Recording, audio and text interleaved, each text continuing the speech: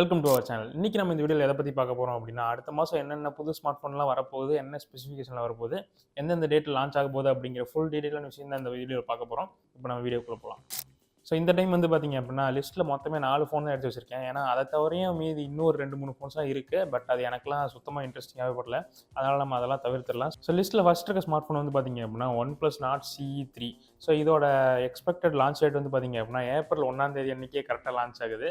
So first இது என்ன தான் நம்ம ஏப்ரல் 1க்கு இவங்க ரூமர்ஸ் பரப்புகிறாங்க அப்படின்னு சொன்னாலும் அஃபிஷியலாகவே லான்ச் ஆக போது எல்லா ஸ்பெக்ஸ் சொல்லி கேட்டுச்சு. இதை பற்றியான ஃபுல் டீட்டெயில் வீடியோ வந்து இங்கே ஐகார்டில் கொடுக்குறேன், செக் பண்ணி பாருங்கள். அதில் நான் இதை பற்றி டீட்டெயிலாக பேசியிருக்கேன். அண்ட் இதோட லான்ச்சிங் ப்ரைஸ் வந்து பார்த்தீங்க அப்படின்னா அரௌண்ட் 27 வந்து ஸ்டார்ட் ஆகலாம், இன்க்ளூடிங் பிளாங்க் ஆஃபர் எல்லாம் சேர்த்து.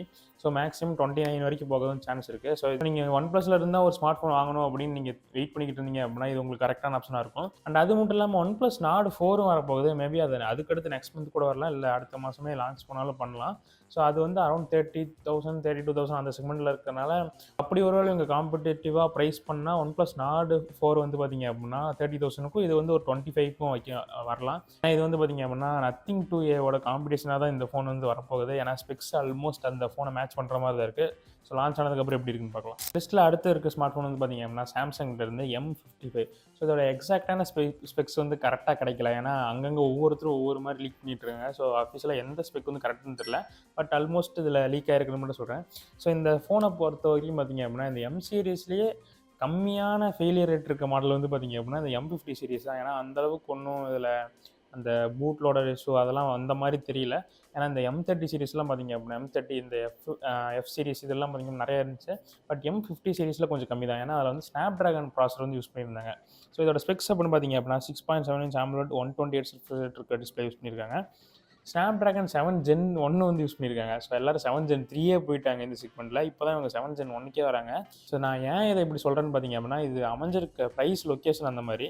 அதுக்கப்புறம் கேமராஸ் அப்படின்னு பார்த்தீங்க அப்படின்னா 50 MP primary, 8 MP ultra wide, 2 MP depth sensor வந்து இருக்குது. அண்ட் ஃப்ரண்ட்டுக்கு வந்து பார்த்தீங்க அப்படின்னா 30 MP அவுட்புட் இருக்கலாம், இல்லைனா 50 MP இருக்கலாம்.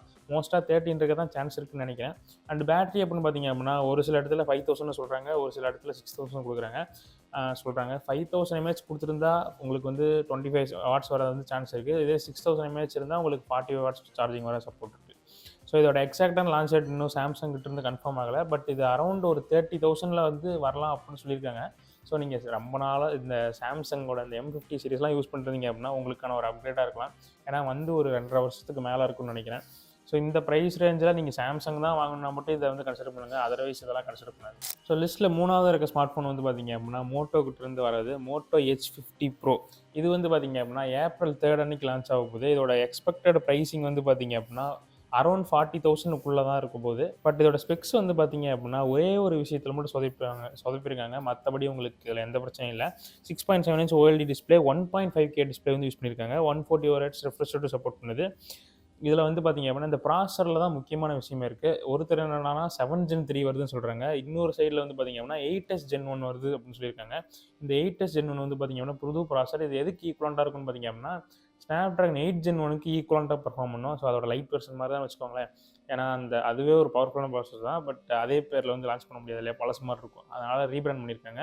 அண்ட் ட்ரிபிள் கேமரா செட்டப் இருக்குது, 50+13+12. ஸோ இந்த 15 MP primary, 13 ultra wide, 12 MP டெலஃபோட்டோவும் கொடுத்துருக்காங்க இதில். அண்ட் அது மட்டும் இல்லாமல் 4500 mAh பேட்டரி இருக்குது.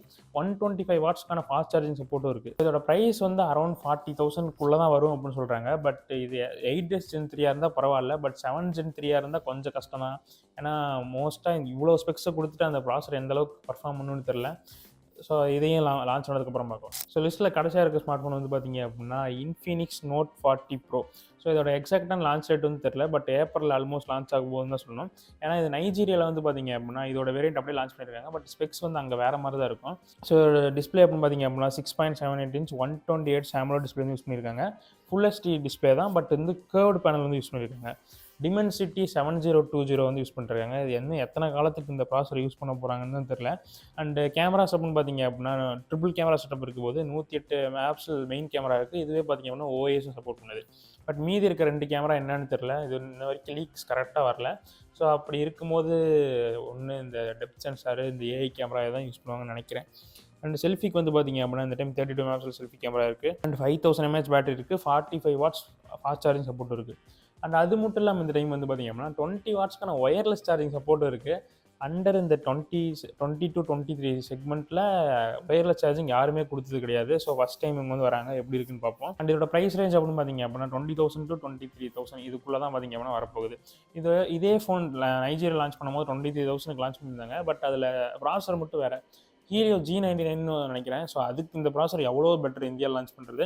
ஸோ இந்த இன்ஃபினிக்ஸ் வர கொஞ்சம் நல்லா தான் பண்ணிட்டு இருக்காங்க. உங்களோட சாஃப்ட்வேர் சைடு மட்டும் கொஞ்சம் நல்லா பெட்டராக பண்ணால் நல்லாயிருக்கும். நிறைய ரிவ்யூஸ் வரும், நம்ம அது மூலிமா பார்த்து தெரிஞ்சுக்கலாம்.